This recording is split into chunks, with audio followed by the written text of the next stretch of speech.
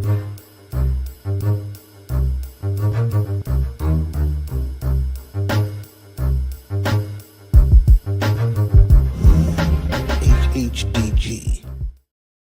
Peace, HHDG. We are on another episode of HHDG Media Podcast.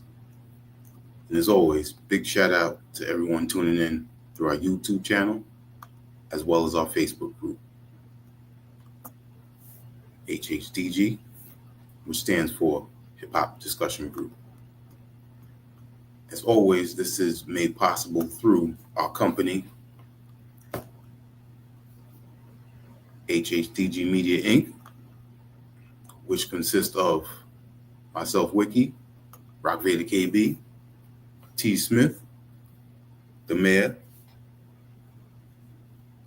Skelly Top, and Rock Vader KB. As you can see on the bottom banner, you can check out our website, hhdgmedia.com.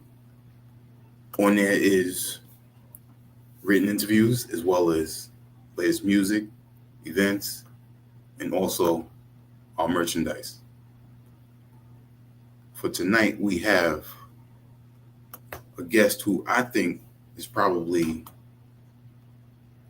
is a great example of not just being multi-talented, but also being driven and opening my ear to what else is down under as far as the hip-hop scene in Australia.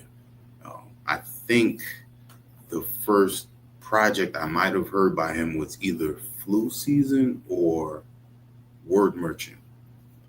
And from there, I discovered the whole Crate Cartel, which is Discourse, Phil Gector. Big shout out to them. Other two multi-talented individuals in their own right. And I would say, production-wise, our guest for tonight has really opened a lot of people's eyes, and he's worked with a lot of people, I would say, within the past probably good 8 years now, consistently.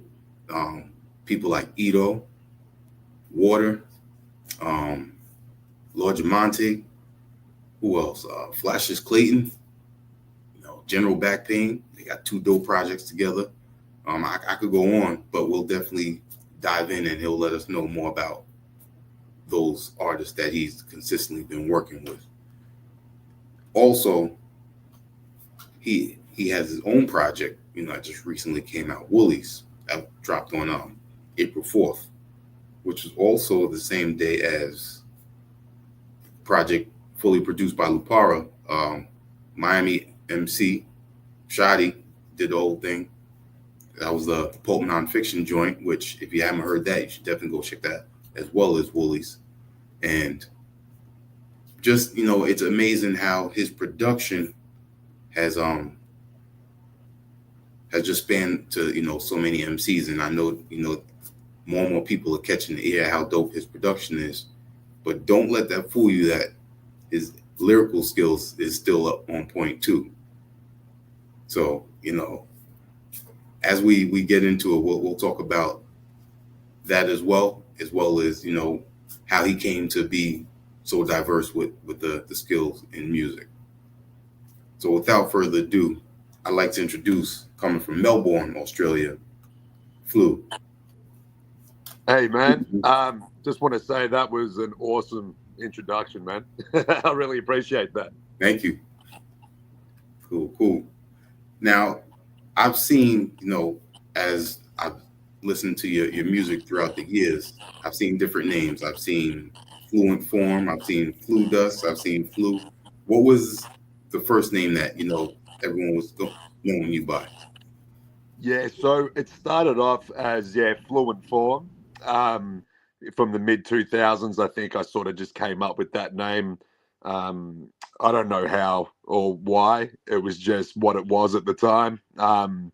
And basically started, cutting my teeth as an MC locally, first in Melbourne, where I'm from, and then eventually I was able to, get a distribution deal with one of the main record labels down here at the time, Obese Records, and that got me sort of, national exposure, and I started touring and doing some stuff, man. So yeah, Fluent Form was the sort of beginnings, and that lasted a couple of years under that name.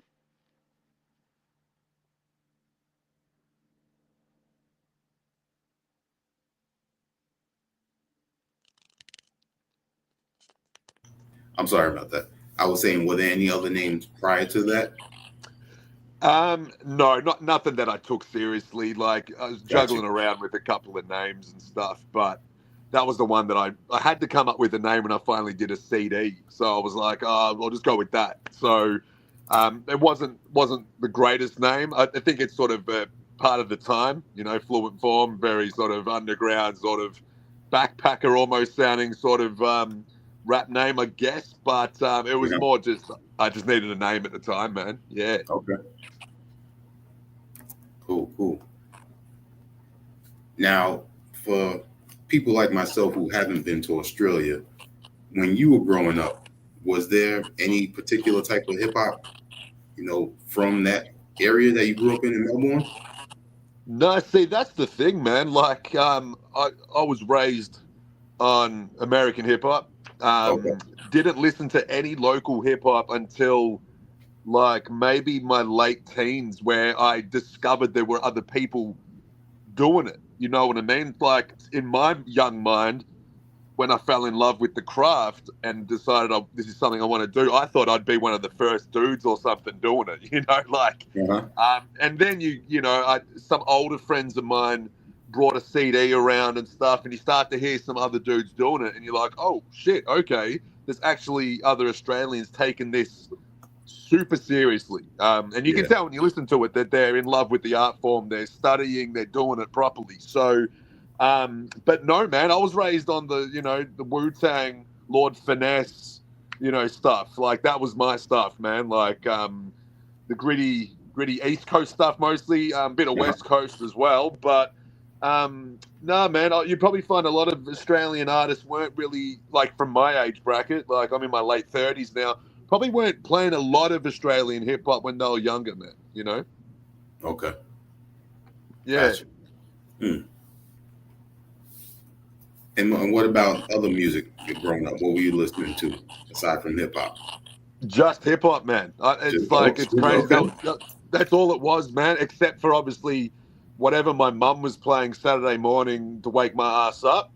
Her music. But for me, man, I was just obsessed with hip hop, man. Like, it was just, I threw myself in it, man. It's all I listened to. I appreciate good music from other genres and whatever, but that's all I wanted, was just the CDs, man, of hip hop, learning about hip hop, going to the local news agency and stacking and stealing the Source magazines down the front of my pants to, like, learn more about the culture, man, and stuff, I just got immersed in that world, man. I was in my own little world, headphones on. Back then you had your Discman, just walking around, man, just in that world. That's great. Wow. You mentioned the Source magazine. Wow. Yeah, they had them down here in Australia, man. Nice. Okay. But, like me, raised by a single mum, not any money. I couldn't afford all of them.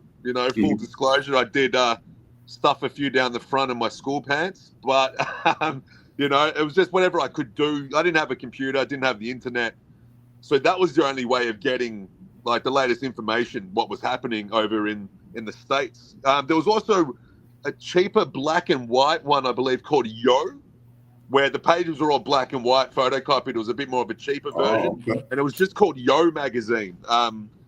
There was that as well, and obviously Double XL, stuff like that.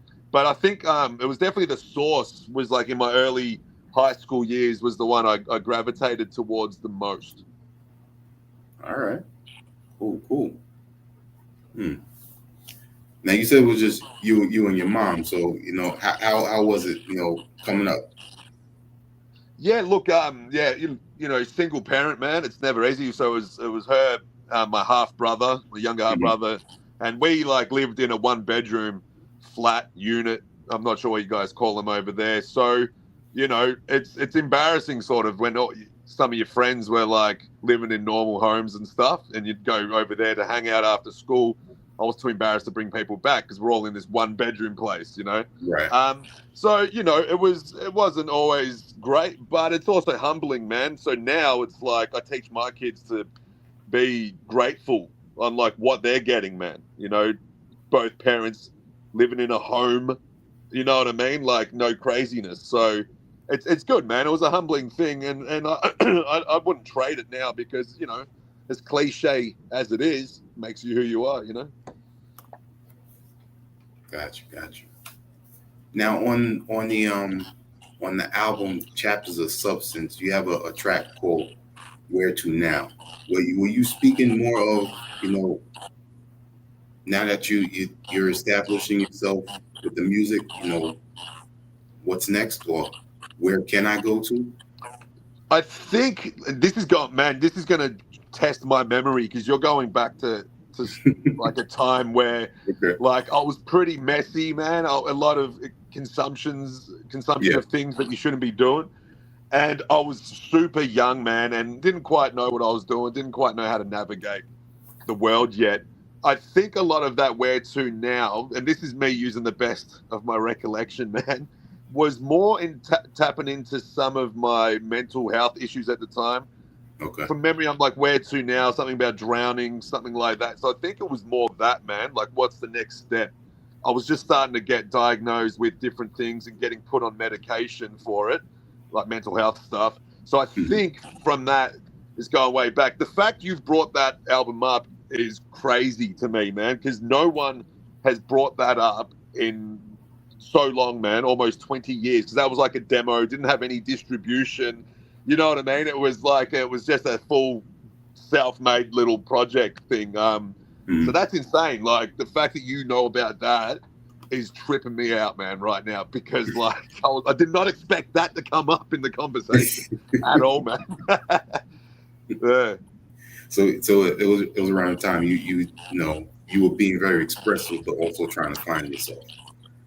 Yeah, you're a young kid, man. Like, you know what I mean? Like, you're still a young kid. You don't know what you're doing. I didn't even know how to rap properly, utilizing my voice a bit more. I was yelling back then. You try to fill every single gap with multi-syllabic rhymes because once you learn that that's basic 101 with hip hop, you can sometimes overkill it. I need to make it as multi-syllabic as possible. When you don't need to do that, you can ease back, use space as part of your flow. Use space to give yourself time to breathe and really use your voice correctly. I didn't know any of that back then. It was just like, let me get in front of the booth and just go absolutely crazy. Because, you know, growing up, Wu-Tang and stuff, I was obsessed with RZA, and RZA's old style was very yelly, like, you know what I mean? And like aggressive and the Gravediggers stuff, whatever. So I think a lot of it was slight emulation and just not knowing any better, man, at the time. Like, and it's all, I used to cringe at the idea of it, like, but even now, you brought it up then. I would have cringed had you brought this up 10 years ago, but it's part of the journey now. I've learned to, it's part of your journey, man. It's part of being an artist, you know what I mean? But you're going to have your little missteps, but other people like it anyway. I still get some like Australians, I miss when you used to rap all crazy aggressive. And it's like, I'm just not that aggressive human being anymore, man. I'm chill. I'm a father now. You know what I mean? So there's just no need for that kind of energy, you know? I agree. Yeah. So what got you established, you know, already rhyming, what got you into production? Yeah, so that was just out of necessity, man. You not that my homies didn't always hook me up with the best stuff they had at the time. They did. But they also had their own things to do. Some of them had their own labels, their own artists as well. And it becomes a necessity that you just sometimes I needed stuff or I wanted a particular sound that I just wasn't getting for my vision at the time. So I thought, hey, man, like, why don't you just learn to do it yourself? Stop being scared, stop having to rely on others, and just learn to do it yourself. Like, and when I say scared, not scared, but sometimes it's like the trepidation of having to learn something new that's extremely important to music, especially hip hop production, man. You know what I True. mean? That's Yeah. you need that production. So I was like, nah, just dedicate yourself to it, man. And so yeah, to answer your question, it was more just out of necessity. Just start doing it and make the beats you want to rap on, man. Like sometimes I like weird, trippier stuff, and I'm just in a weird mood, like that weird headspace. So I'll make something like that. You know, there's a couple of weird sort of beats on my Dust album, my first self-produced album, where like I listen back now, I'm like, okay, I was obviously in a weird mood, but that's what I wanted to do at the time. So you don't get that when you have to, excuse me, reach out to others as much. So yeah, that's why. Gotcha.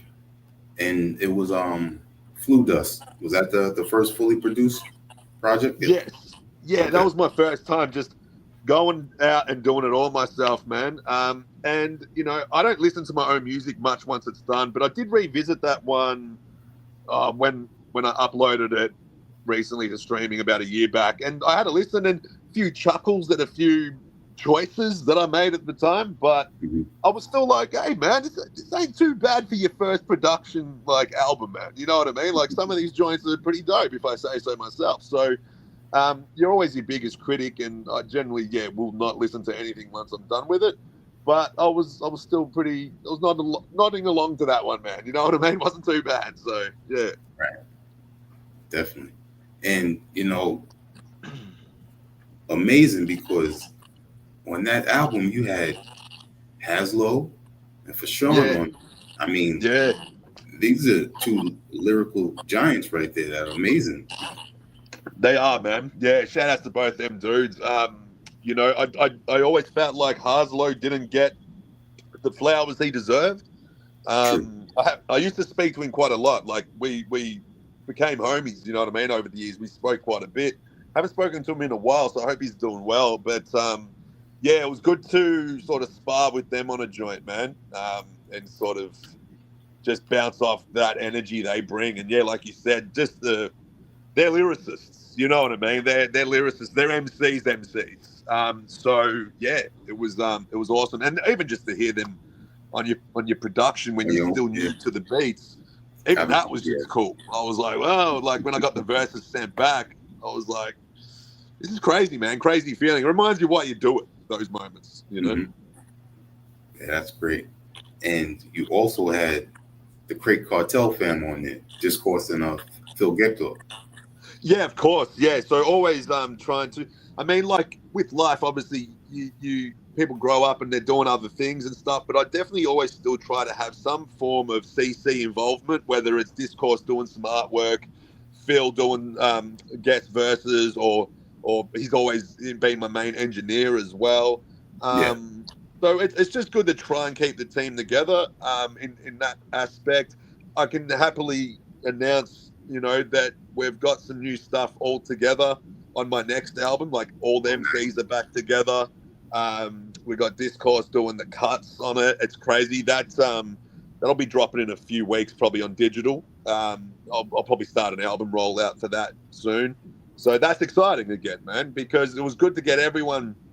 What's it called? Get the band back together. So I'm Yeah. excited for that. There'll be more info with that. Like I'll do a proper rollout and stuff, but I'm excited about that one, man. I think for a lot of Australian fans who grew up with us, you Hmm. know, will be like when they see that lineup again on a joint on my next solo album. I think it's going to get a lot of people listening and just tuning in to hear it. Definitely. And I know Phil Gector's latest album, Philly Boys, coming out in June Yeah, 5th. man. Yeah, yeah. I think that is no. So I think it's actually coming out. Mine's like about a month after his. So mine will be June. Sorry, his Okay. is May 8th, I think, Okay. All right. or May 6th, or something around that time. But yeah. So yeah, he's been busy, man. He's an absolute monster. So Yeah. um, yeah. So yeah, go check that out. I'm sure you will, and anyone that watches this. Yeah, so again, man, like CC's still there, still doing things. You know, it's just in a different capacity now, and you know, while we're also navigating our own lives, man. You know. Yep.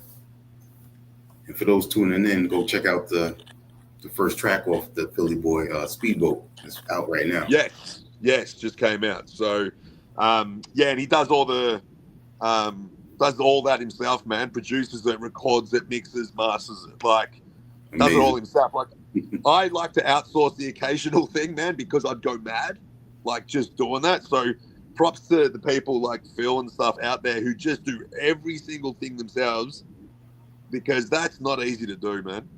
That's and like I would go insane doing it. So props to the people that can, man. You know, major props. It's amazing. So being that we are talking about Crate Cartel, tell us how it was established and how you met Phil and Discourse. So it was Phil already had his own thing sort of going where he had the name Crate Cartel. He hadn't really done anything with it per se, but he was going to name his first album that. So in reference to like, all vinyl, only samples, being a producer, hustling, the vinyl, the crates, as cartels do with their hustling, is the dope product. So he sort of had that going already. I knew a couple of friends of his.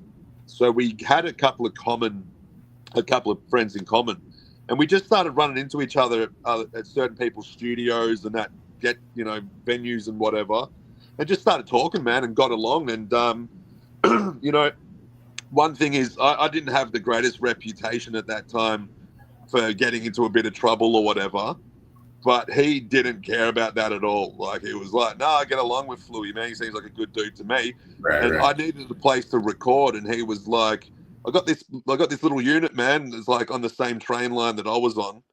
Come record there, man. Like, just super nice, man. Invited me into his house, everything. Like, and just from there, you sort of, become close friends. You start doing so much work together. It builds up. And during that time, I met Discourse because he did the artwork for Chapters of Substance. So Phil brought me to Discourse's house, who, in his own right, making beats, artwork and stuff like that.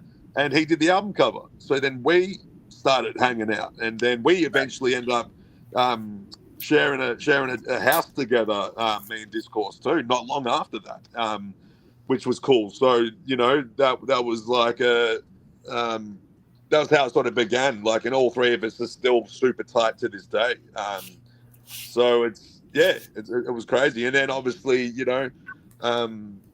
we've just gone on to just keep making crazy stuff when we can get together, and on our own as well. Like, Discourse is off. He works for himself, doing like crazy videos and stuff, crazy artwork. Like, he's absolutely killing it too. Like, both those guys work for themselves, doing what they do, man. It's crazy. Amazing. And what's once again, the universe works in this way. It's April 24th. On April 22nd, 2017, you dropped Fuck This.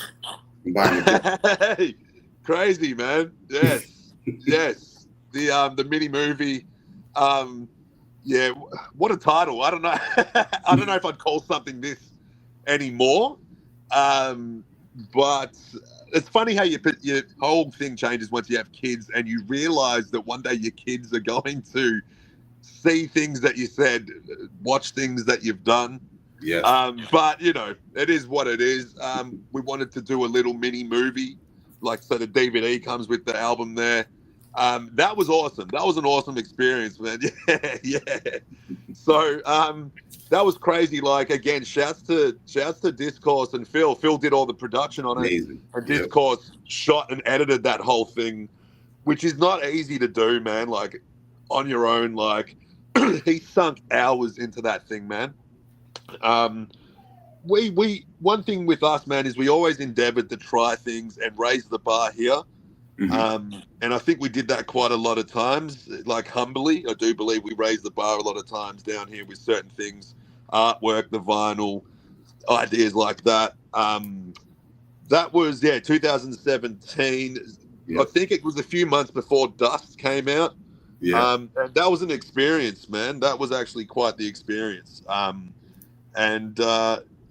Like, it was awesome to do that on YouTube. I ended up in hospital when they launched it, when they did the movie launch. But Oh, I heard wow. it got people. I heard people stood up and applauded it, but I missed all that. I was in hospital, man. Like, Oh, so man. it was bad timing in that regard. But I did hear that the two shows, people stood up and clapped when they watched it. So they set up a little mini, cinema setup or whatever like that underneath a train station in Melbourne. Like, would have been crazy to have been there, man. Absolutely heartbreaking that I couldn't make it at the time, man. I've made peace with that now, but the feedback I got was great. So, and it was just cool to try and endeavor and tell a whole entire story in an EP format and then shoot a video. And it's just like two dudes out there doing it on their own. I'm sure if we looked at it now, we'd cringe at certain parts, but that's part of the growth too. And I'm super, super proud of that one, man. I think, like, I don't think anyone's done that since, like, here. Like, No. that I'm aware of. I could be very mistaken, but I don't think so. You know what? There's only one person recently, and I think that might have been a year or two ago. That's the New Orleans MC 3D Nati. Okay. Yeah. She did a movie which she filmed herself. She's very diversely talented, and Yeah. did the songs within the film as well. Gotcha. Yeah, that's dope. Yeah, I think when I mean like anyone else, I think Australia wise, I don't think so. Is what I meant. Yeah, like down here, I don't believe so. But it was. I won't lie. Like, full disclosure, though, the inspiration did come though from the original legendary, Prince Among Thieves. So I was say that because Breezy Bruin, I'm a huge fan of. Juggernauts. So, Prince Paul had already, done something like that. So it wasn't like it was our original idea, but it was a huge inspiration. But we did endeavor to do our spin and try and do something in a similar vein, So, I think it's just a dope thing. It's got the little DVD in there, the whole thing. A lot of this, again, is Discourse's genius. I had the easy job, man. I just had to write the story and do some basic acting. I didn't have to go all, Al Pacino level acting, and just some basic acting skills. and Discourse handled the rest, Nice. Yeah, speaking of the Juggernauts, I saw them in January perform at a local bar over in Brooklyn called Beerwax. That would have been awesome, man. A lot of people over there. There was a Superstition came up from Atlanta. There was a lot of people there. And the Juggernauts did perform that night too, so that was great. All of them were there. That was great seeing that, because I haven't seen that in years. Yeah, man. I love Clear Blue Skies, man. To me, underrated personal classic. Even like both versions, the original one that was just on the 12, and then they brought out like the other one, like the reissue type one. The reissue, yeah, I've got it here somewhere. That one too, with a few extra bonus joints. I even got their family photos, I think it's called, one that they did. Like, I collected a lot of the Juggernaut stuff, man. Raucous stuff back in the day. I used to get hunt down all their 12s and stuff. A lot of that indie stuff too at the time, really spoke to a lot of us other indie dudes out here, because it's that same sort of approach to things, independent label, pushing a niche kind of group of artists, and just who respect the art form, man. You can just tell the people that really respect the craft when they go about their business. Absolutely, yep. And then Queen Heroin just dropped a new solo album on February 28th. I saw that, man. I need to check that out, man. I've been so inundated with my own stuff. I haven't even had a chance to listen to music, man, for like a few weeks. So I'm very keen to check that out, man. I love her voice. I love her flow. Like I said, I'm a pretty big fan of those guys. Yeah, definitely well executed album, and I was fortunate to get 2 vinyl copies before they sold out. Ah, nice, man. Yeah, that's dope. Did you get that in person? Did you, like, at the show? Oh no, I got it off her Bandcamp once it went up for pre-orders. Cool. Yeah, dope. Nice. Cool. Now, as far as now that you've really established your production and people are paying attention to you, are you still using the same equipment that you used back then when you did Flu Dust? Yeah, man. What's that again? Like, I hate to use cliches, but sometimes they just work perfectly. If it ain't broke, right? Don't Yep. fix it. So yeah, like a basic $200 keyboard, man. The first machine that ever got brought out, God Right. knows when that was. This was Discourse's machine, and he didn't like it as much as the MPCs and stuff that he had. So Hmm. when I decided to start making the beats, I was like, because his studio is full of crazy stuff. I was just like, hey man, I'm gonna start making beats. What do you reckon? He's like, look man, I don't really use this. I'll sell it to you if you want cheap. Bought it cheap, and just learnt on that. And now it's like, why slow down my workflow by just changing? Like, I don't even update the software. I don't need to do any of that stuff. I don't need all the fancy lights, gadgets, whistles, and all that stuff that all the new models have. I just need it to turn on when I want it to turn on, man. Like, I'm a super simple dude with this kind of stuff. I've never had any need to buy a lot of gear. I know there's a lot of gear addicts out there. I don't need anything fancy. I just need it to do what I need it to do. You know what I mean, man? My studio is like the most humblest studio. Like, it's nothing's fancy. It's all just basics, and that's all I need. Man, that's dope. I want to, give people just a quick little glimpse of the film uh, that you did with Discourse. Just give people a little Yeah, for maybe sure, a man. minute or two to give a glimpse of how dope, how well this was put together. Let me get this up real quick. Is that from the YouTube link or the DVD? Yeah, yeah, the YouTube. Yeah, yeah. Okay, there it is.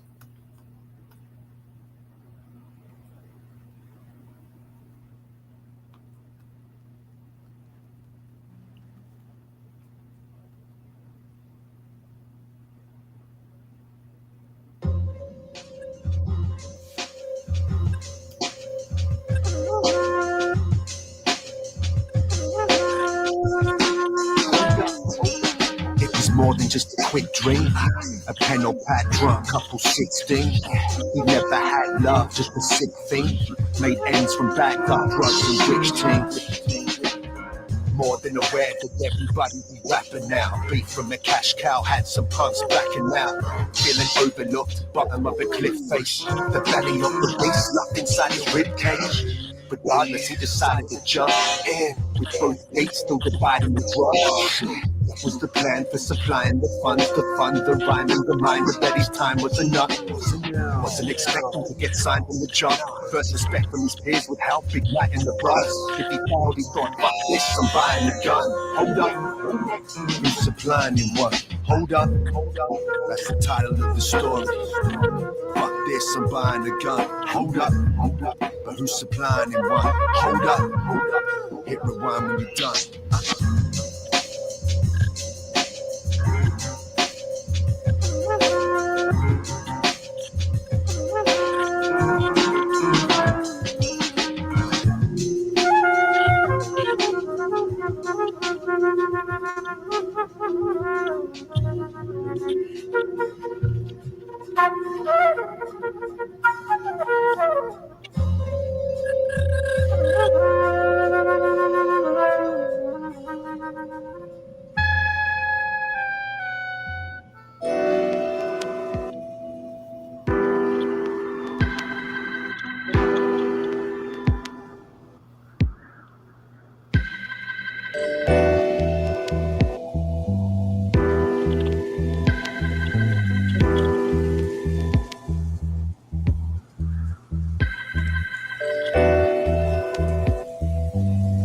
Tipped out of the gutter as he entered his local watering hole. Opal, the bartender, let off a sigh of exasperation as our protagonist entered the front door. After deciding to try his hand at music, he was feeling content with his recent efforts. He was only one song away from completion of his album.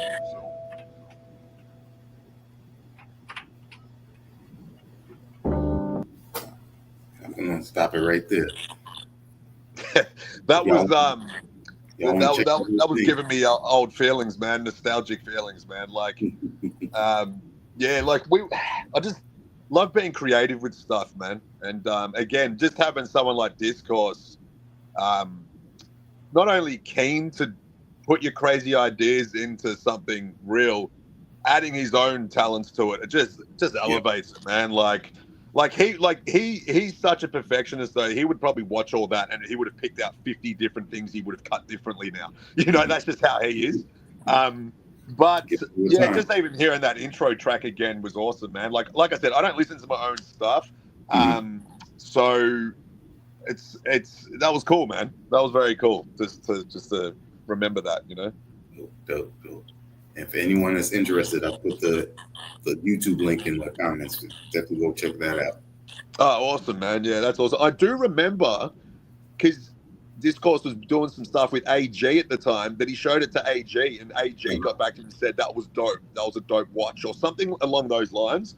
So I was like, damn, man, that was crazy. So to get that kind of feedback from a legend like him, I was like, wow, you know, so that was really cool. I just thought I'd mention that because I just remembered that. So things like that put a smile on my face, man. Remind me why I spend some, you know, weekends, you know, 20 hours deep doing this thing without stopping. Like it's just those little bits and pieces like relight that fire, you know. So that was cool. I do remember Henry Discourse rather telling me that, you know. So that was cool.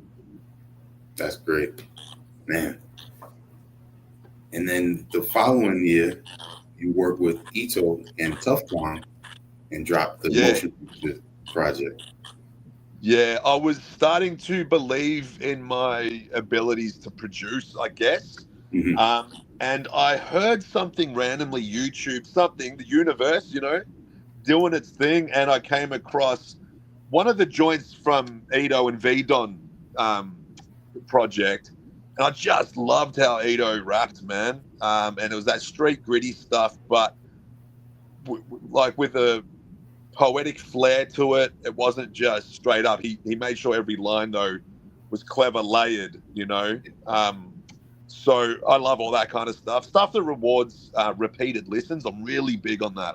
To me, I'm really big on lyricism that rewards the listener for paying attention. So I was like, shit, I got to reach out to this dude, man. Turns out like dudes down here knew him from his mixtape days. I must have somehow missed that, you know, when he was Lil Ito. Because a lot of people are like, oh, Lil Ito, yeah, blah, blah, he's done this, he's done that. So I was like, oh, okay. Like, I didn't know. So, yeah, reached out to him, and he was like, these beats are crazy. And another awesome feedback or nicest things I've ever been told is he goes, you remind me of, like, a Havoc in 2017. Like a modern Havoc, Mobb Deep-esque type, cinematic type music, hence why he's like, we should call this EP motion picture. And I was like, I'm with it, man. You know, so I was like, that was dope. Working with him, and the Tough Kong had already done one vinyl with him, so it was easy for me to reach out and shop that to them. You know, I was like, hey, look, you know, I've got, and I'd copped the physical too. You know what I mean? So I was like, hey, look, you know, I copped the vinyl. I've just done a project with Ito. Would you be interested? And they were like, of course. Like, you know, I think they just needed to hear it and see who's this dude from Australia. Like, let's check out the beats and stuff. And from there, man, it became awesome. I chopped it up with them quite a lot. Just not even just business. The owner flew down to Australia on business for something else, and we met up for dinner and stuff. Like it was all awesome, man. And I cherish those moments now. That they've stopped now, unfortunately, but I do cherish those, and I'm aware I was in a very privileged position because from that moment on, they took a look at any project I did for potential deals. You know, that's great. So I had this launching pad, I guess. And all of a sudden, I was just starting to get known overseas now as a producer. Like, I don't even think Ito knows I rap to this day, you know. So it was more production over there. So I was very well aware, though, of the privileged position I had for that. Because, yeah, every project I was like, after that was Wigs, So I was like, oh, what about the Riggs one? They're like, yeah, we love it, put it out. So Nice. it was like I was able to just pass on projects and have vinyl deals. Like, thinking back now, like, yeah, I was very, very blessed, man. Very blessed to be in that position, and I'll forever be grateful to them. Yeah, much respect to Tufcon Records. I mean, Yeah. they their customer service, the quality of the physicals that they put out, great. And they really filled a void at that time. Yes, they for did. that sort of stuff. You know what I mean? Like that independent sort of street level stuff. Like it was, I don't know, it just felt like, because there was always Fat Beats and stuff as well doing their thing, but like they sort of, the real independent dudes, like hustling hard in their own circles and stuff, they really helped launch a lot of names. So yeah, like I said, man, forever grateful to those guys, man. I wish them both the best on whatever their future endeavors are. What a time, man. It was awesome, man. I really, really cherish those opportunities. Yeah. And they also, paid a lot of respect to local Italian artists too by putting the music out through them. Yeah, because they were based in Rome or Roma or something like that, which was cool. That's how I chatted to them a lot too, because my mother's Italian and stuff, and I've still got a lot of family that live in Italy. So we were talking about all that sort of stuff too, when he came down here. So like I said, we built a bit of a friendship, me and one of the guys, Domenico. Good dude, man. He's gone on to do RRC. He does RRC music now. That's him, if you weren't aware. So, yeah, so he's still killing it, man. He's gone on, like, he does, like, full, well-established dudes now. So I'm sure he's killing it, So, yeah, it was just an awesome time, man. And, like, it lasted a few years, but those few years helped me become established to a degree in the States, and get that respect. Because unfortunately, some people need to see you have a deal or have distribution for them to take you seriously. And it's unfortunate because not everyone gets that opportunity. Crazy talented people don't get that. But it's weird how humans will overlook. They need to see other people praise you and before they will. It's just a weird human thing for some folks. Very weird. But then there are gems and stuff like yourself who don't need that at all. You'll listen for the actual art, and be like, yeah, man, you know what I mean? I want to talk to this person about their stuff. So, there are also folks like yourself. But what I learned though is people started taking me a lot more seriously once there was like label backing, even independent label backing. Yeah, that's great. And to continue on with, Tufcon and the artists that you were able to work with, I'm a big fan of Home Team Records, and I think I've interviewed every single one of them except for Chuck Chan. And in 2019, you dropped this joint with General Backspin. Yeah, man. Yeah. That's my guy, man. That's forever my guy. We chopped it up so much, man, like on the phone during the making of that album, even after it, like calling each other up at random times, like is the time difference, like. And we would chop it up for hours sometimes, even like just about family life, his life in LA, my life here in Melbourne, the differences in that stuff.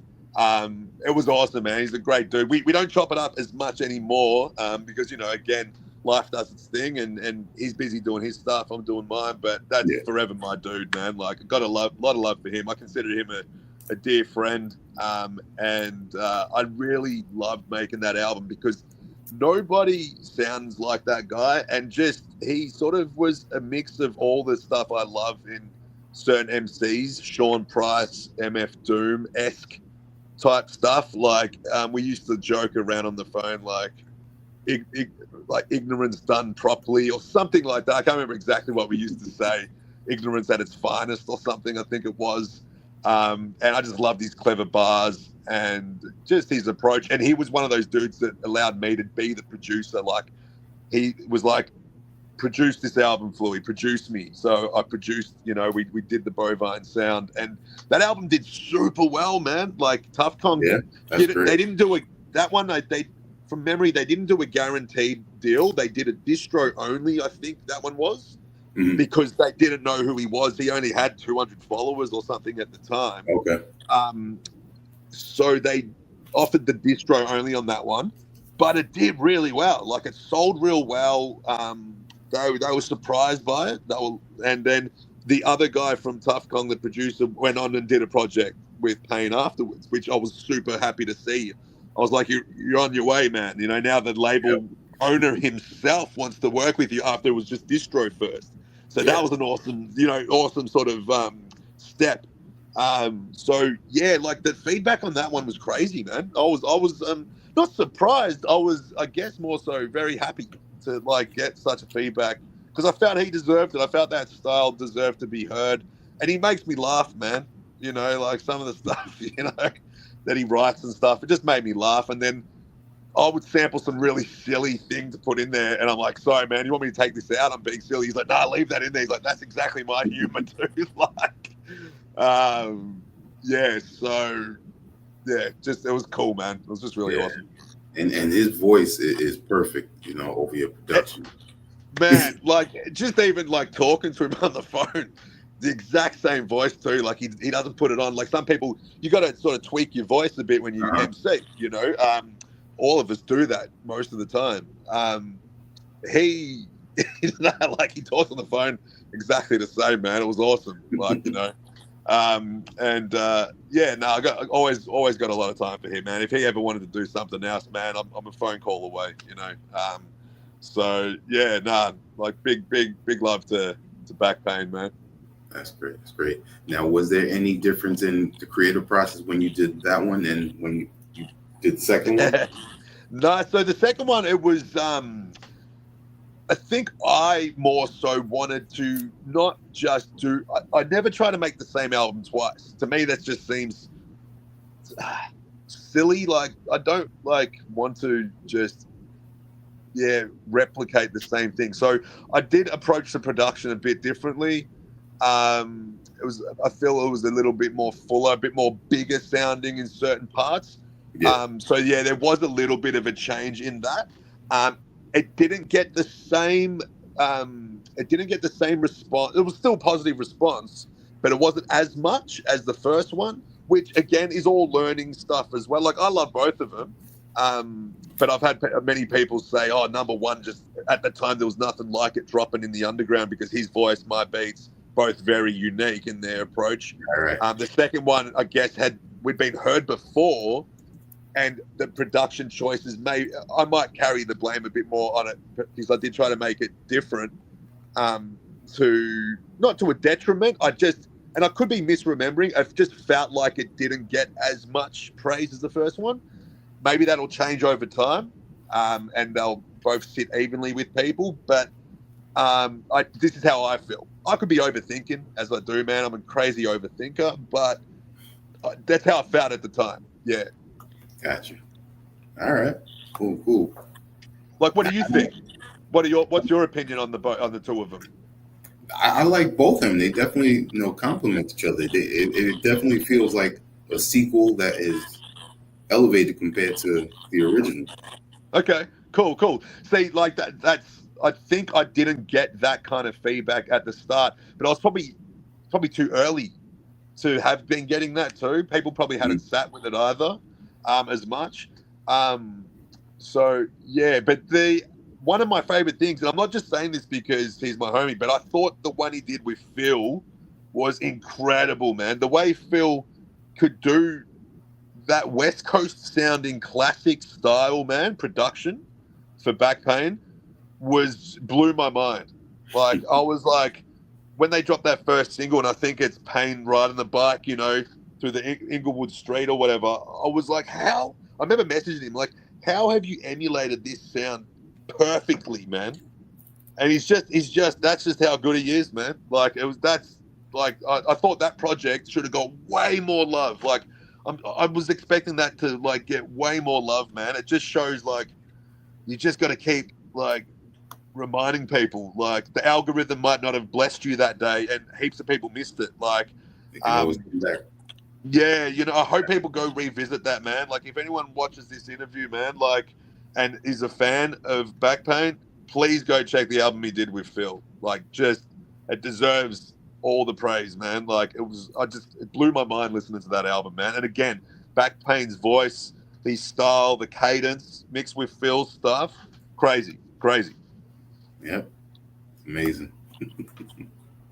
Crazy, man. I'm just to even have talented friends like that keeps me on the ball, because like I can't start slacking. Like if it's like, look at this craziness your friends are putting out, dude, and you want to take a day off or not go a little bit extra time in the studio today, nah, you better like stay sharp too, man. You know what I mean? Yeah, like this is the absolutely. best thing about having talented friends, man. You've already got like talented contemporaries out there in a friendly competition, but when it's your own friends killing it that much, you better keep stepping up too, man.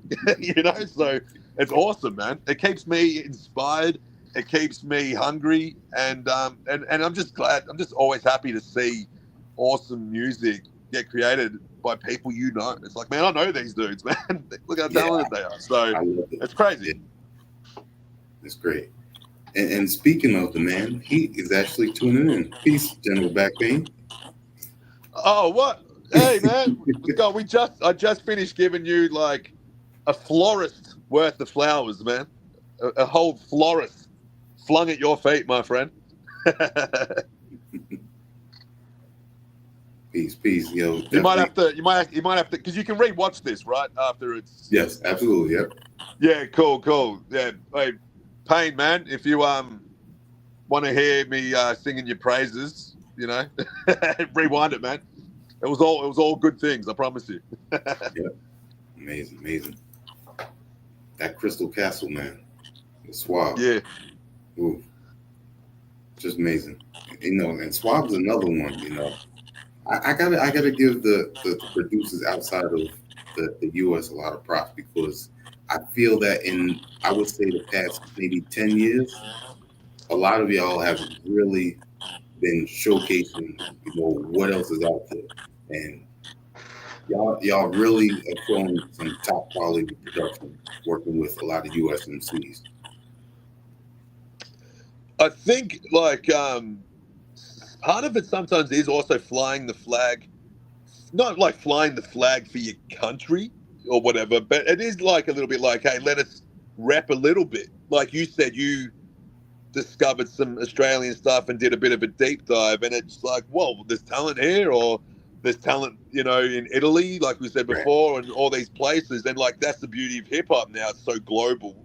It really is this massive global thing. To see other countries flips on the craft and the art form, I think adds an awesomeness to it, because it's like, let's see how these crazy Scandinavian dudes are flipping samples, or you know, working with US artists. And I think producers can bring that bit of different sound. Like I'm sure Backpain can attest to, he hadn't rapped on anything that sounded like my beats before Bovine. You know what I mean? Like, so sometimes I do feel geographically you can have a slight little twist on how you might do things, even if you don't subconsciously realize it, you know? You're absolutely right. It's amazing. Man, there's, you know, so much in your catalog that we could talk about, but I don't want to go into everything now. You know, definitely have another time. But we still got to talk about Woolies. But before we talk about Woolies, it was released on April 4th. General Backpain and Suave's album, Crystal Castle, dropped on the 4th. Shotty's Pulp Nonfiction also dropped on the 4th. Right, okay. Yes, I see. Yeah, this was, I think it was just, I guess I hadn't thought about it that much. It was just, I'd uploaded it. DistroKid tells you when it's good to go. There wasn't really much of a rollout for Woolies for me, because it was a collection of songs I already had sitting around. Some had been released and some hadn't.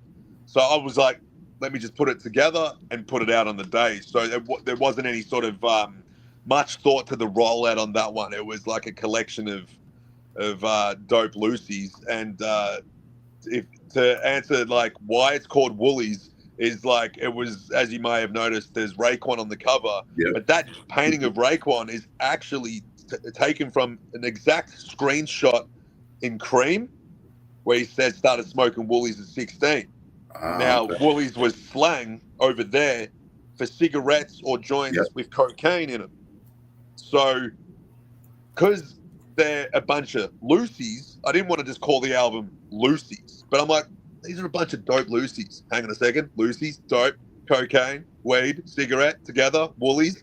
So, you know what I mean? My mind starts doing this thing.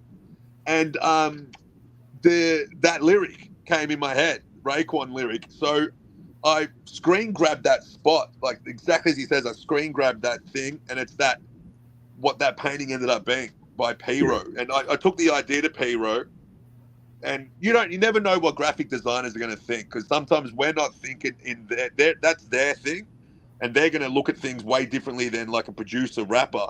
So I didn't know what he was going to say. He might have been like, what is this? What are you talking about? But he's like, that's actually a pretty dope idea, man. I'm like, yeah, if you can paint just as he says the word Woolies, and P-Ro nailed it, man. It's exactly that spot. Did the thing, added the smudges on it, all that. It was perfect. And so that's how I came about it, because I just needed to name something as opposed to just calling it Dope Lucy's or something. I always try to be a little bit more outside the box, creative with something. So that's the meaning behind that, and that's the reason why there's a painting of Raekwon on the cover. Also, being a massive Wu-Tang fan and Raekwon being one of my favorites, it was awesome to have that. Hopefully one day I can work with the man. But for now, I'll just settle for a painting of the dude on a cover. He might see it one day and check and go, "What's this?" But so that's where the Woolies comes from. And there's different slang though in different regions. So I think P-Ro's like, "Oh, we call them these in Boston or whatever," and then so there's different names for it. But I triple checked actually the lyrics of Cream. Made sure that's exactly how he was saying it, and that's how it's spelled, and it was. So, because he doesn't pronounce it exactly like Woolies, he sort of says Wolves or something. He sort of says Wolves at 16. So I did make sure that's how it's spelled. Yeah. That's how it was said. You might be more familiar with it being in Staten. I'm not sure, but if that's what you guys called them there, but it was sort of like that's how I went about it, man. So yeah, that was my approach to it. I don't think I've ever seen it spelled before, so you probably did. Yeah, I triple checked, man. Rap Genius, some other lyric website. I tried to find any interviews where he'd mentioned it, and there was one. So I did my homework, because you don't want to stuff that up, man. And have it spelt wrong, or that's not what it means at all, or what the hell is this idiot in Australia doing? So I'm always very thorough in everything I do, man. Very, That's good. That's good. Man. So with these tracks on Woolies, were they created within a certain time frame? Nah, see, some the Crime Apple one was 2018, man, or maybe 2019 actually, rather. It was just as funny enough, that song came out just as me and Back Pain was starting on Bovine. So when that was that 2019 was Bovine, I think, the first one?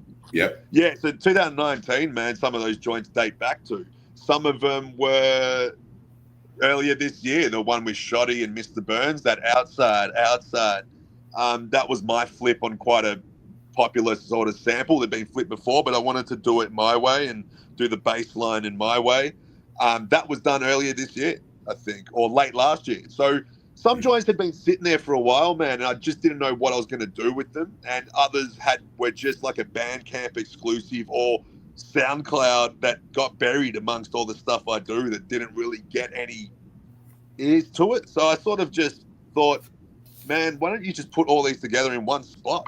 Why haven't you done that yet, to be honest? I was kind of like, geez, man, you're sort of slacking there. And then, so I did it. And then shout outs to ditcd.com.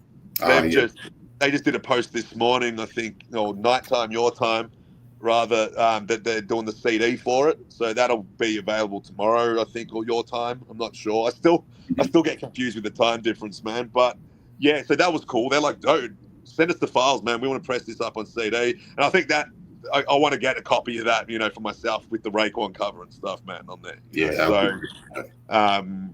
Yeah, I think it'll look crazy. I would have liked if any label wanted to do that on vinyl, that cover would look amazing on vinyl, man, but nothing yet. But maybe something I could do down the road myself, self-press it. But yeah, man, I'm pretty happy with that. That also, like, not that I'm one to focus on numbers a lot. Like, in fact, I didn't have a Spotify for Artists app that shows you all your stuff until very recently. My homie Mighty Healthy from Lupara was like, dude, get the app.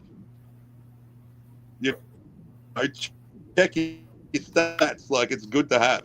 I never cared for that, but since I did get one, when I do check in, I was very, very happy with the streams on Woolies. Like, it's got some crazy, crazy numbers, but more than I thought. A lot more than I thought. So, obviously, a lot of that's down to having names like Crime Apple and stuff on there. Like, I'm aware of that too, but it was nice. It was a nice feeling to be like, hey, these numbers aren't too bad for little old Fluey in Melbourne. You know what I mean? So, yeah, that was cool.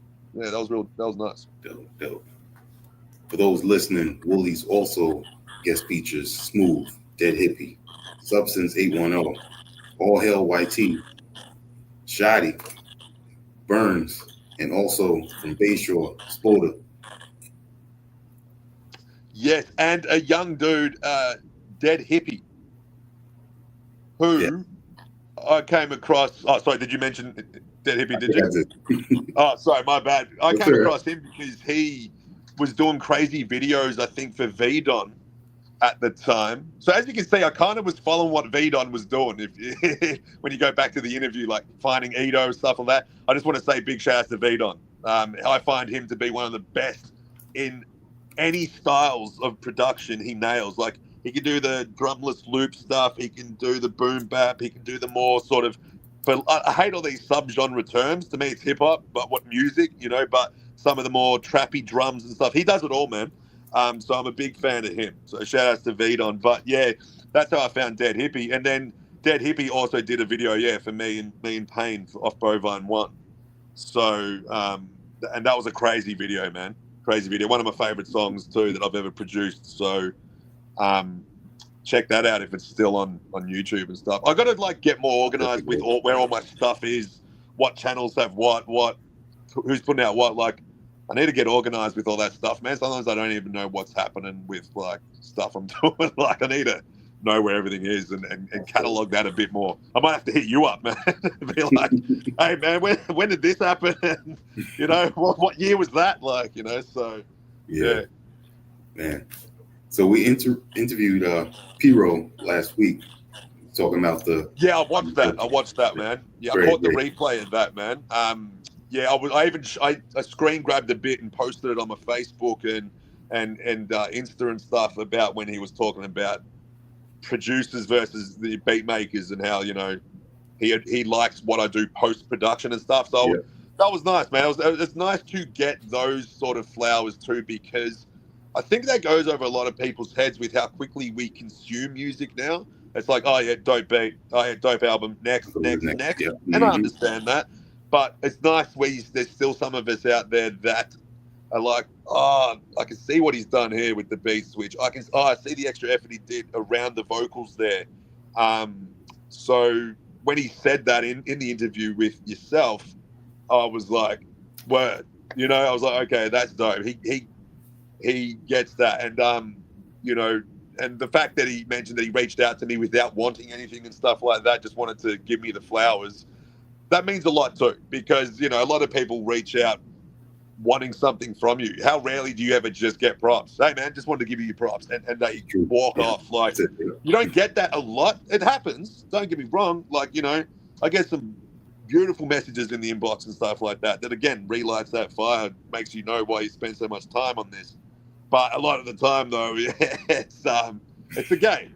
It's a game, man. You know, so... Yeah, it was cool for him to acknowledge that part of it. Absolutely, man. And, you know, when I interviewed SB11 last week, also, you know, talked briefly about the Lupara gang, you know, an extremely dope collective of not just producers, because y'all do a lot more than just produce, but the fact that the people that created, that are part of it, is, you know, unexpected, but yet together is amazing production work that y'all done with Water and now Shotty. I tell you what, man. Sometimes it's a miracle to get to the finish line with that many personalities, tastes, different countries, and opinions. Now, obviously, we all have a common goal, and that's to make the dopest shit we can make, of course. But there's times where we disagree and stuff, and there is a lot of times, and not in a bad way. It's not like it's all harmonious. It's just obviously we have different opinions on things, different age brackets and stuff. Like all that stuff plays a role. Mm-hmm. But we're all super respectful. We all love each other's stuff. We joke around. A lot of inside. We're all in a big group chat. A lot of inside jokes. A lot of sharing of ideas. But still, sometimes I sit back and like, man, we got that shoddy thing done. We got that water one done. We're getting other ones done. Like that in a miracle in itself. Sometimes it really is when you're juggling that many people and time zones and all kinds of stuff. But it's awesome. It is awesome, and it's an absolute pleasure and an honor to be in a collective with that much talent. And it goes back to before when I said having friends that are that good keeps you honest. You have to keep sharpening your sword because look at what they're doing. You don't want to be the weak link in a group like that. You don't want to be the weakest one. So I think we constantly elevate each other and help, spread the word for each other. So it's a beautiful thing, man. It's a beautiful thing, and I'm very honored to be a part of it.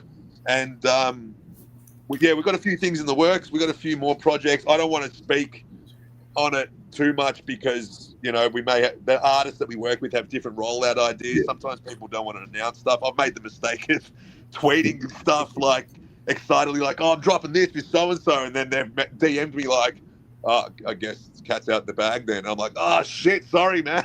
I was just excited, But it's awesome being a part of that, man.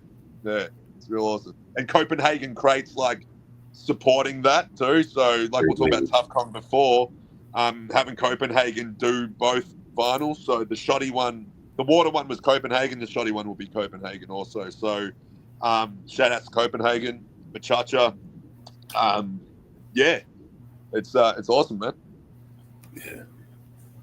Now speaking of keeping it, everything sharp, production, lyricism. You want to mention how Ka's music changed everything for you. Yeah, man. Yeah. Can you tell us, at what point, did you discover his music, and when did it captivate you to say such things? So I first found his music when he just released Cold Facts, the video on YouTube. Okay. Found him straight away on Twitter by saying that it was Brownsville Car in the YouTube, not just Car. And he had 203 followers, man. No lie, at that time, he had 203 followers. Now, I inboxed him, DM'd him, or whatever it is, private message, whatever Twitter calls it, on there, and just gave him his flowers. Like, I was like, look, man, this is incredible. I didn't know about Ironworks. I hadn't heard that because that was his own self thing that he said he made for his friends and family, and I hadn't realized his feature on Jizza either. You know what I mean? I just hadn't put it together. So this was all brand new Car to me. And something about that, that one stab on the beat, and the way he echoed it out, just that simple. And then comes one kick. And with his voice, the timbre in his voice, and the way he spoke softly, but not soft at the same time, and the delivery, and just the artistry in the structure of his bars, man. Like, and that he was also telling his story all in one, in a black and white sort of dimly lit vid. It was just encompassed everything about the rawness of what hip hop can be. Stripped down to the basics, but done perfectly. Simplicity done perfectly is what that one song encompassed for me. And it just hit me, man. Like, it hit me like a ton of bricks. I was like, fuck, like, you know, not to swear, sorry, but I was just like, whoa, man. And then it was just like, I don't know, man. It just did something to me, man. I don't know. Every once in a while, an album like that or artist comes along like that, man, that just shifts everything on, raise the bar all of a sudden. Like this is the bar now, you know. And that was 2012, I believe, or 2011. I think Grief Pedigree was it 2012? I don't know. I can't. I think Either it was. 11 or 12. Mm. But from that point on, that was it, man. I was hooked, and we chatted because he guess he wasn't getting inundated with inboxes so much. We were chatting, man, about the art form, this and that. Him losing his mind that I was in Australia. Like, I literally remember him going, I can't believe there's a cat out there listening to me in Australia, man. This means so much, etc. like that. And I was like, man, your music means so much, you know? So then, yeah, he dropped the video for every song off Grief Pedigree, man. Like, that's how he went about it. All DIY, did it himself, man. Went out there 4 a.m. with just him and his camera, a tripod. You know what I mean? Amazing stuff. He had that verse also on Marsburg. And then, you know, a lot of people attribute this Renaissance underground to rock, and rightfully so. But a lot of it is also car, man.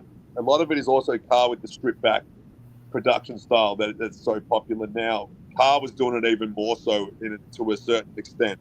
Because if you listen to Marsburg, it's still a lot of classic breaks, drum breaks on every joint. It was Reloaded that came after Grief Pedigree, where it was stripped back like a Grief Pedigree album. So certain little bits and pieces like that. And yeah, man, I was just chatting it up with the man quite a lot. And then as he got more known and stuff, the inboxes weren't as frequent. And plus, I didn't want to harass him and stuff. He already knew how much his music meant to me. And I was copping every release and CD versions as well.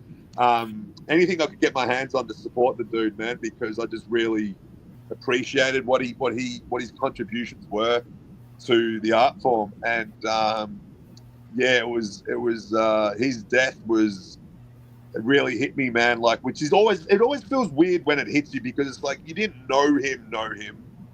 It's, you know what I mean? But you do know them through music, and when music's everything to you, and you did chop it up with the guy in his early formative stages. Yeah, it hit me a lot. You know what I mean? It hit me quite a lot. He did an interview once when he was first popping off Grief Pedigree, and he mentions me in it. He's like, man, there's this kid in Australia bumping my stuff that I talk to. He's like, I've made it, man. I've made it.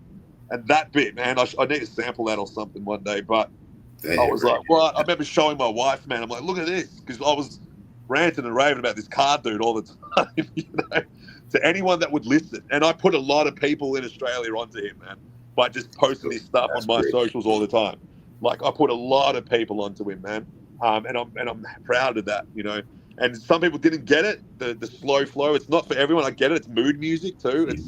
It's not something you're really going to put on when you're heading out on a Friday night or whatever. I get that, you know. But it's just some visceral music, man. And I'm glad I got to tell him, you know, man to man, that what his music changed everything for me, man. So rest in peace to Car. That was still is a tough one. It's crazy. Car, Doom, Prodigy, Sean P. Like, it's like my whole entire top 5 is no longer in the physical, man. It's rough, man. It's crazy. It just reminds you, like, every day you should be grateful, man, when you wake up. Yeah. You know? Every morning. Yeah, man. I try to remember that. Even if I have to drag my ass to work, it's like, you get to work today, though, man. You get to get up, see your kids in the morning. You get to come home.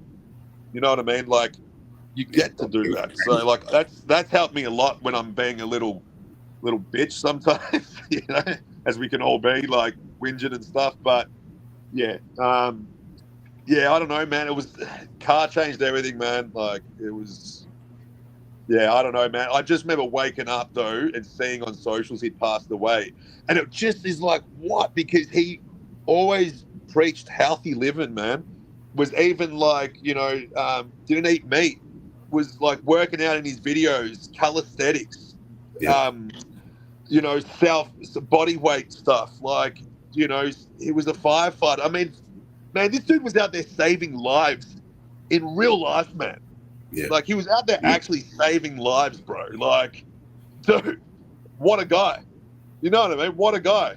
He's out there pulling people out of fires. That's some dangerous shit, man.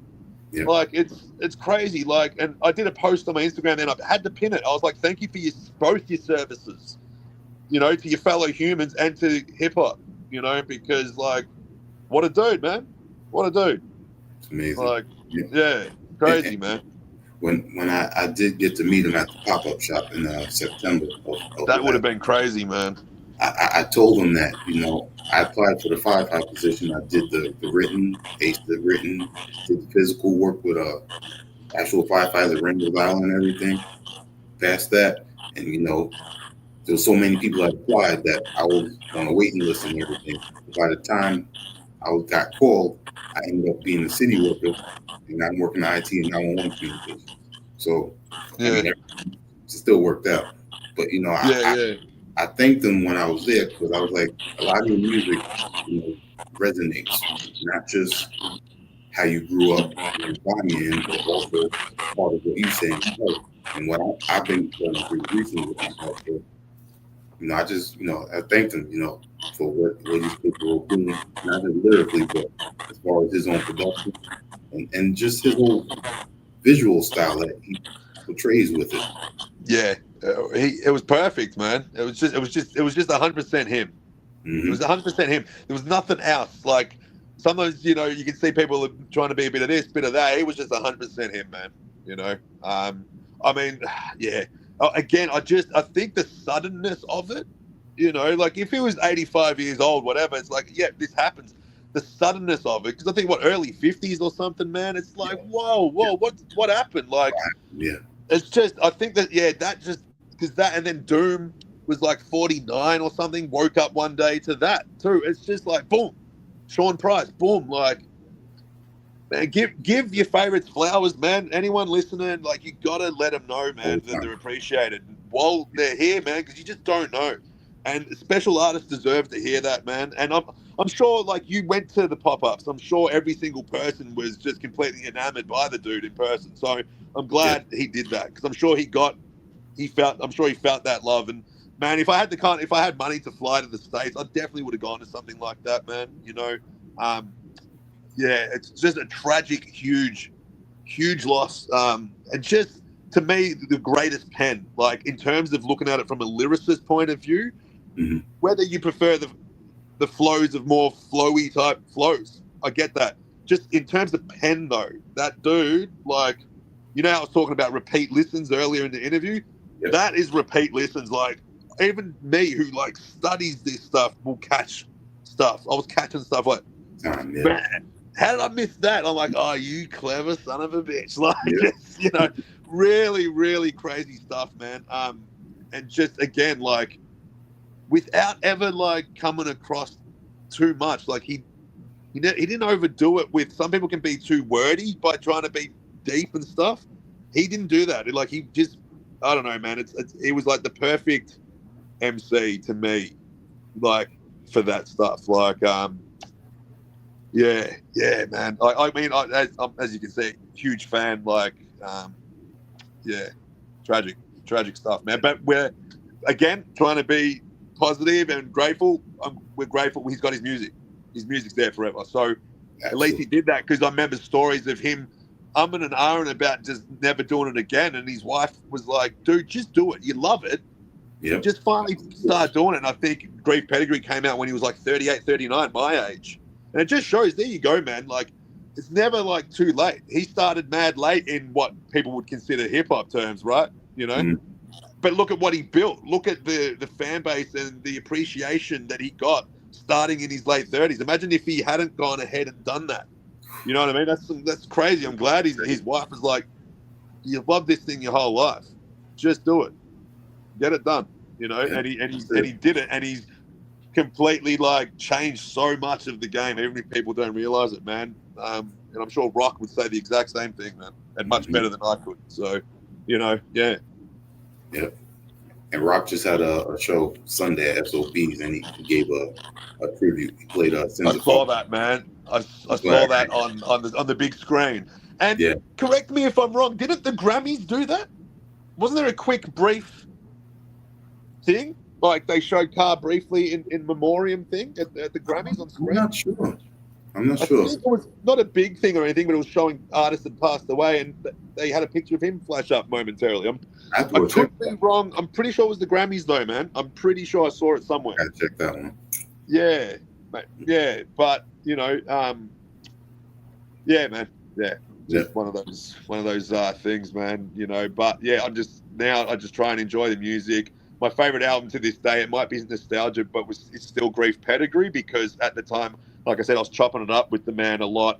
I was one of his first, I guess, international fans, you know, and I found him early. Like I said, I remember 203 or 4 followers. It was like nothing, and I remember being like, "Damn, man, this guy's dope." And then it went on to do what it did. You know, he according to me, very successful underground career. You know, Very true. and it was just awesome to see, man. Yeah. Yep, man. You know, we're gonna leave it on that positive high note.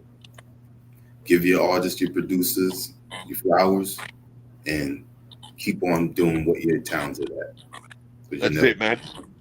And it's never too late. You know, I might start, I don't know, breakdancing next or something, you know, and go to the Olympics. I mean, you saw what we showed up with at the last breakdancing Olympics. I could probably do better than that. So you never know, man. Yeah, there's more talent out there. No, it's something. Flu, everybody. The album Woolies is out right now. I put it in the Bandcamp. You definitely go. I put it in the comments, the Bandcamp link. Definitely go check that out. Support it, share it. And he's got plenty of other projects out there prior to that to definitely go deep dive into. So I'm very fortunate to be able to speak with Flu, and thank you so much. Man, the pleasure's all mine, man. Like, really, the pleasure's all mine, man.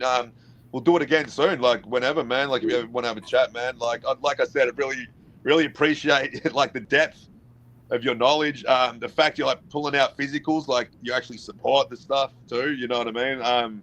Means a lot, man. So anytime, man, I'd love to come back, man, for sure. And thanks to anyone that watches the replay, anyone that tuned in. Shout outs to anyone that I've worked with and going to work with. And yeah, man, rest in peace, Carr. Thank you. And before we go, give you shout outs and let everyone know where they can reach out to you. Yeah, I'm on Flu Dust pretty much across the social medias. I'm mostly on Instagram though. That's where you can find me more. So yeah, at Flu Dust, all one word. I'm planning on having a busy year, man, both back on the mic and back on production. So yeah, just follow me on there, and I'll talk to you guys soon. There it is. Flu. Melbourne, Australia. You enjoy the rest of your day, and I'm going to enjoy the rest of my night. That's it, man. Have a good night, man. All right. Peace. Go. Laters, man. Laters.